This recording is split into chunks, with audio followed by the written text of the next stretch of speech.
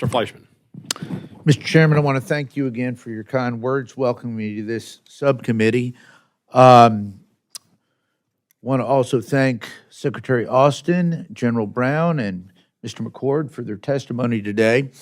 As the chairman alluded to, I chair the Energy and Water Subcommittee of Appropriations. Ms. Capter and I, she's my ranking member, we just had the Army Corps before us, but we fund the Department of Energy, and as part of that funding of the Department of Energy, the NNSA, the National Nuclear Security Administration, we are responsible for funding our nation's nuclear arsenal for the ultimate customer, the Department of Defense.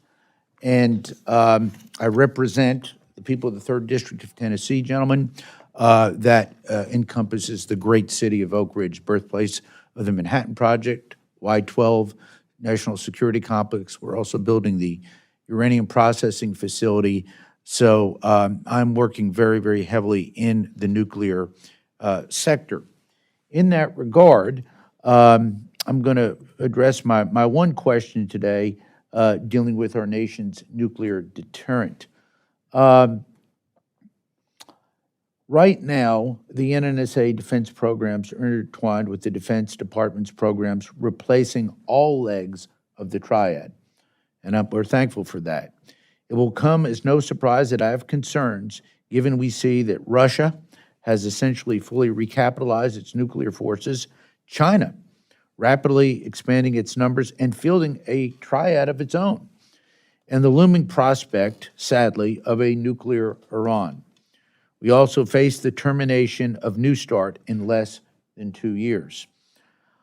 We're entering uncharted territory dealing with potentially 2 peer nuclear adversaries as we're in the middle of recapitalizing our entire deterrent. My question, gentlemen, is, given this troubling strategic threat picture, I'm interested in hearing your outlook on the current pace of recapitalization of our nuclear deterrent. Are there any ways we in Congress can better support the Department's efforts to meet this increasingly tight deadlines? And with that, I will await your response. Well, let me begin by thanking you for what you've done to date. As you know, over the course of this administration, we've requested to invest some $149 billion in the modernization of our nuclear program. It is the bedrock of our defense, our nuclear triad here.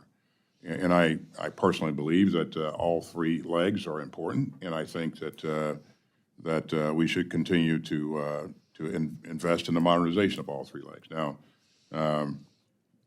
because of the fact that we're now faced with 2 major nuclear countries or potential adversaries, conditions have changed, and whether or not we're going to need to do more in the future is something that we're going to have to consider.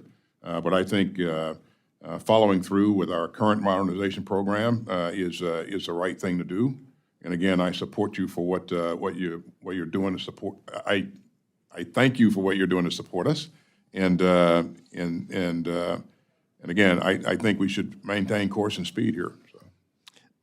Thank you, Mr. Secretary. And I will say, we work bipartisan. We have the Nuclear Security Working Group. We work with the NNSA. We want to link up and work very closely with the Department of Defense so that we can have them make sure that our ultimate customer, you all, are pleased with what's going on. We will continue to fund that, I think, in a bipartisan and bicameral way.